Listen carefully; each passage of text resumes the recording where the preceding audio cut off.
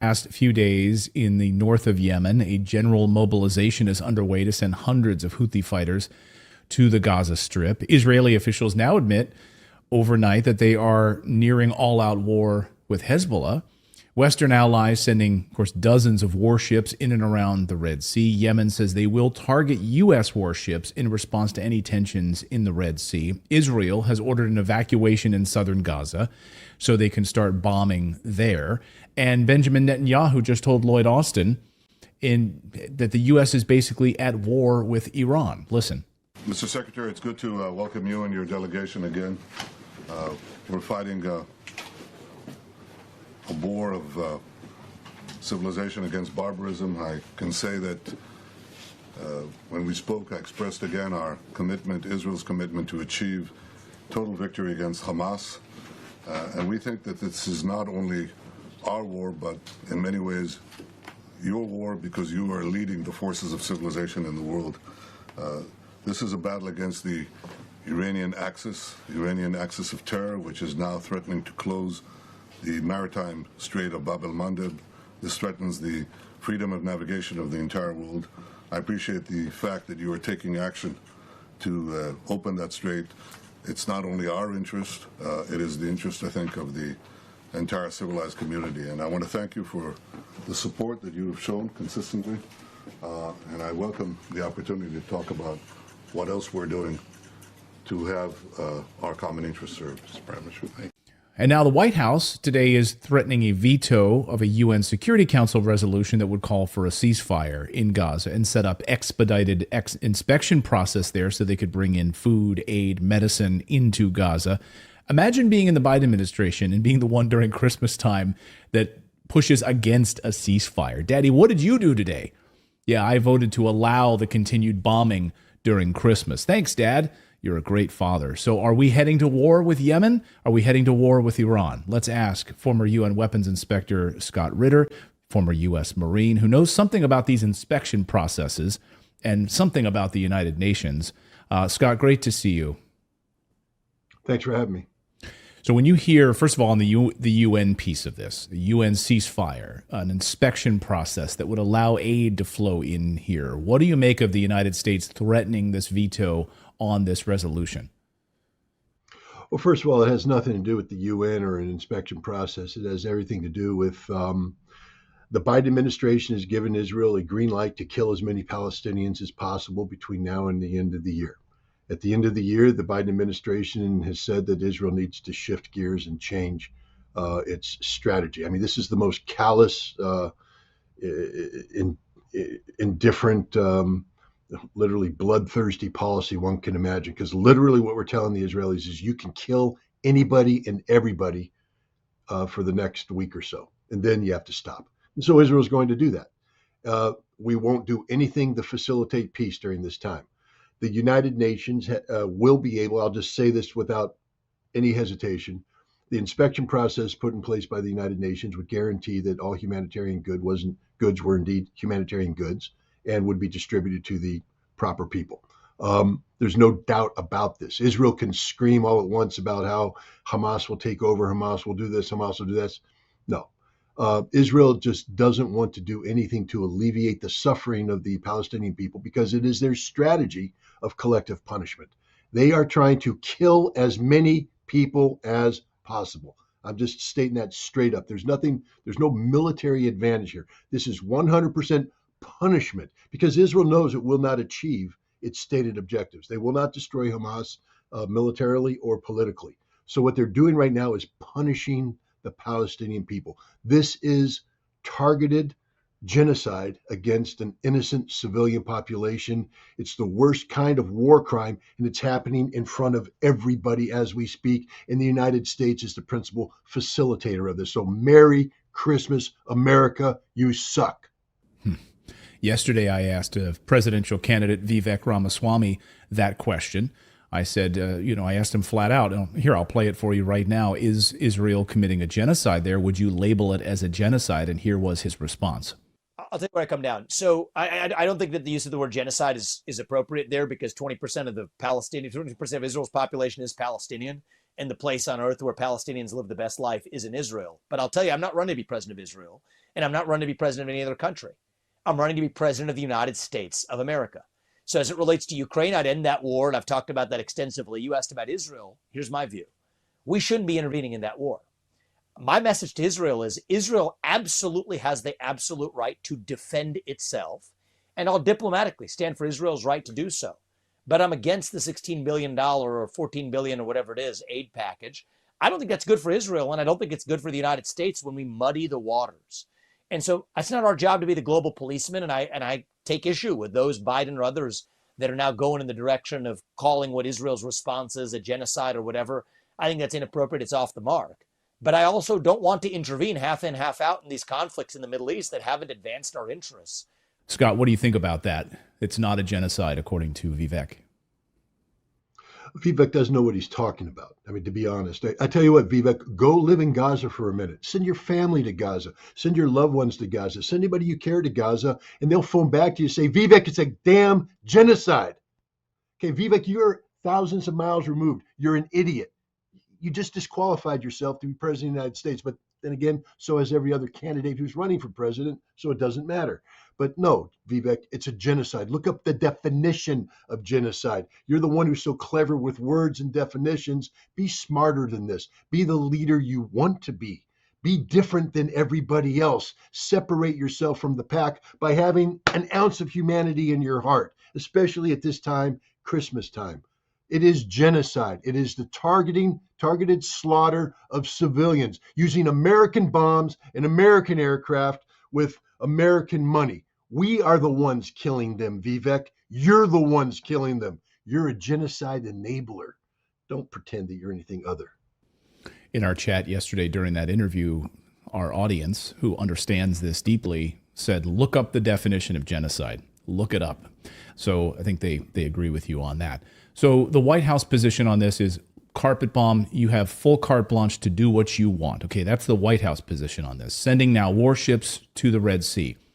So that's the U.S. side of this. What will the Iranian side and the Yemen side, the Houthi side, the Hezbollah side, what will that side look like over the next week to 2 weeks?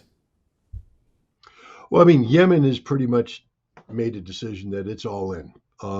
It is going to do what it can do to support the people of Gaza. And what it's doing is amazing from a geopolitical standpoint. They have shut down the Red Sea to Israeli maritime traffic. Shut it down. It's costing Israel billions of dollars, and it's disrupting global commerce. I mean, there is a meaningful impact to what Yemen has done here in terms of shutting down, ships transiting the Red Sea. The United States right now is desperately trying to come up with a solution. But let me just make it clear. We don't have the military force capable of handling this problem. And it's stupid to pretend that we do. We got a carrier battle group. That's it. What can it do? Drop bombs. Yemen's been bombed by American planes and American bombs since 2014. You suddenly think they're going to be intimidated because a couple dozen American airplanes flown by American pilots are be dropping the bombs? Two, we have no idea how to do, the targeting of relocatable targets, mobile relocatable targets. That's the Yemeni missile systems, et cetera. I played a role in that during the Gulf War. We sucked then, we suck now. We don't know how to do it. We can't do it. We're going to have zero impact. What we're going to do is empower the Yemenis to, maybe get that 1 in a million shot in, or 1 in 1,000 shot, or 1 in 100. We don't know what the odds are, and sink an American aircraft carrier. Merry Christmas, Joe Biden. You just took, and look, let's just be frank about it. The American aircraft carrier is a legacy system dating back to the Second World War. It has no genuine military role today other than deterrence. The perception that it is this, powerful symbol of American power projection. But that symbol is gone when it's sunk. When you put the Dwight D. Eisenhower under the water, 5,000 to 7,000 dead Americans. That's what's at risk here. Why? Because we don't have the courage to tell Israel, stop.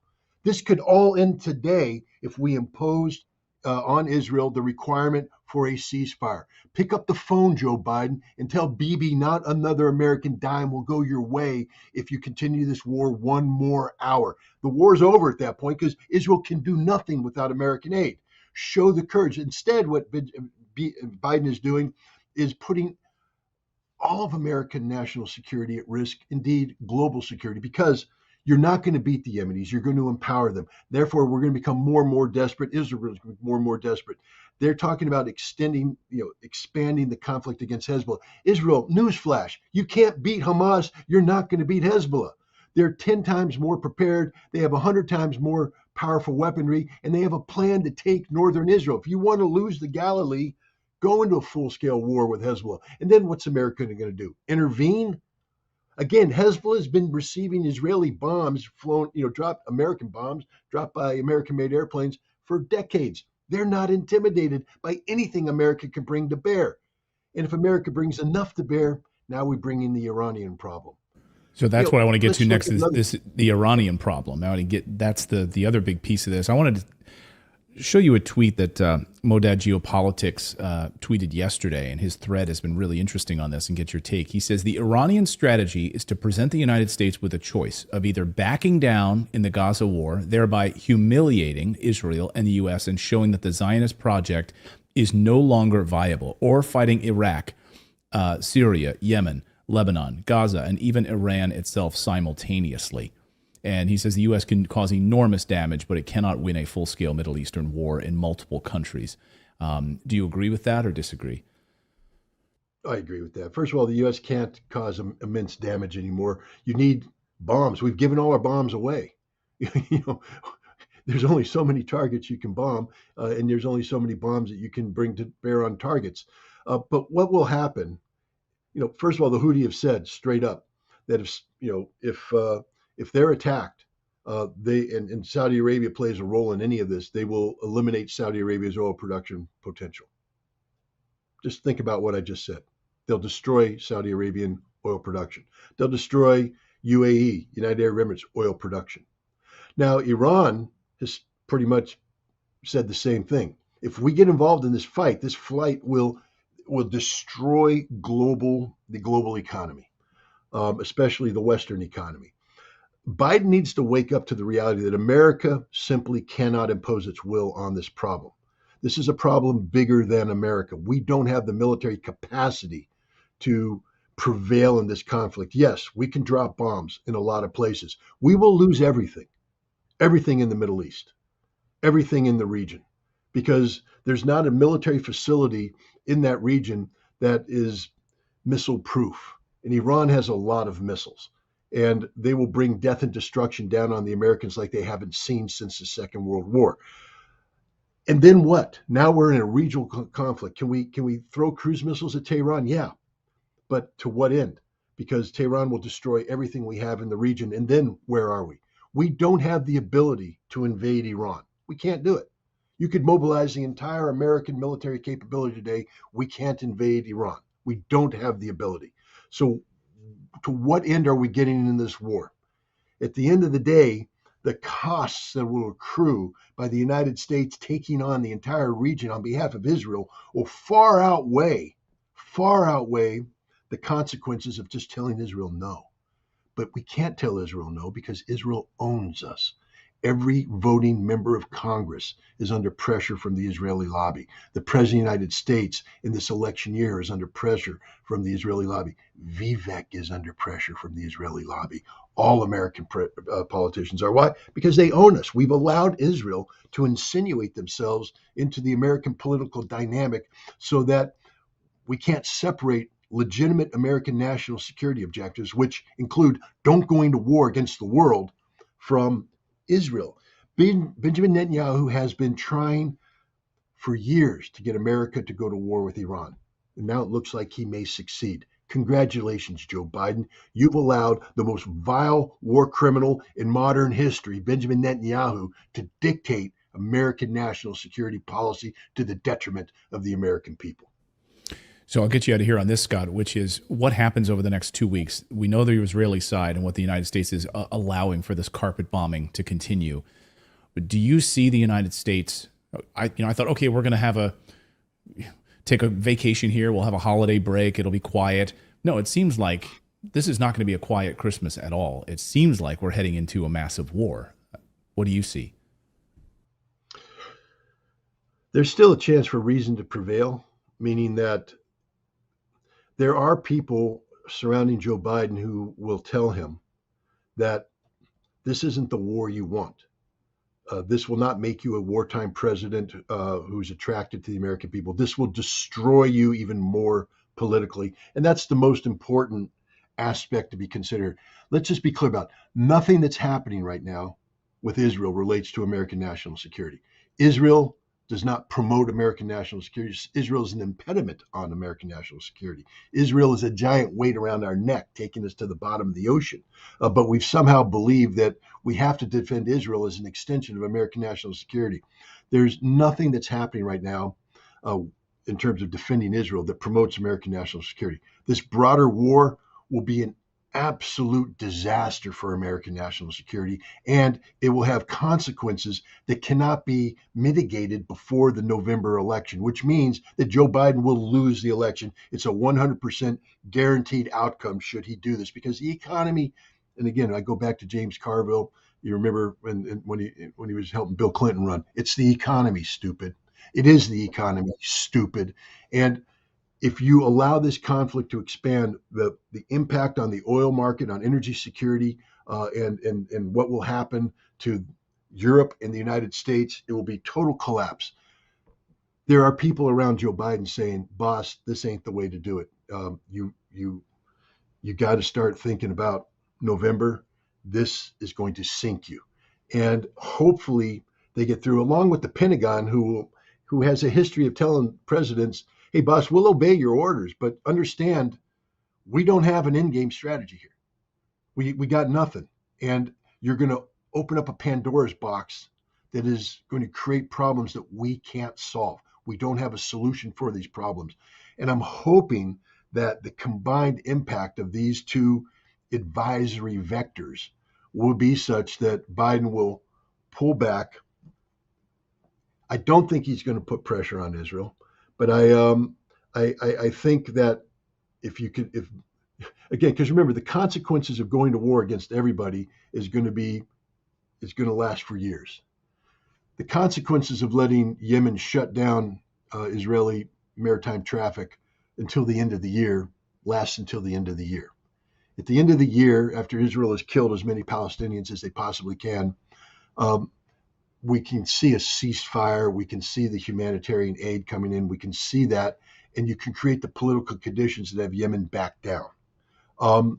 So hopefully wiser heads will prevail here and just say, look, suck this up for another week and a half, and then let's try and walk away from this problem. But don't dive in with both feet, because it's going to be the proverbial tar baby. It's going to be quicksand, whatever analogy you want to use. It's going to suck us in and we're never going to get out. I hope you're right about it, because when a president's approval rating is this low, two things have happened. The presidents have almost always started a war, or they've resigned. So there's two options. Maybe this will be the first. Maybe this will be the third way out here this time. Maybe he'll resign, actually, and Kamala Harris will become president. That seems to be the path that Democrats are going now, with that secret meeting this past week, trying to force him to do something here. Well, who knows? Gavin Newsom maybe will be the next president. My God, it's going to be a crazy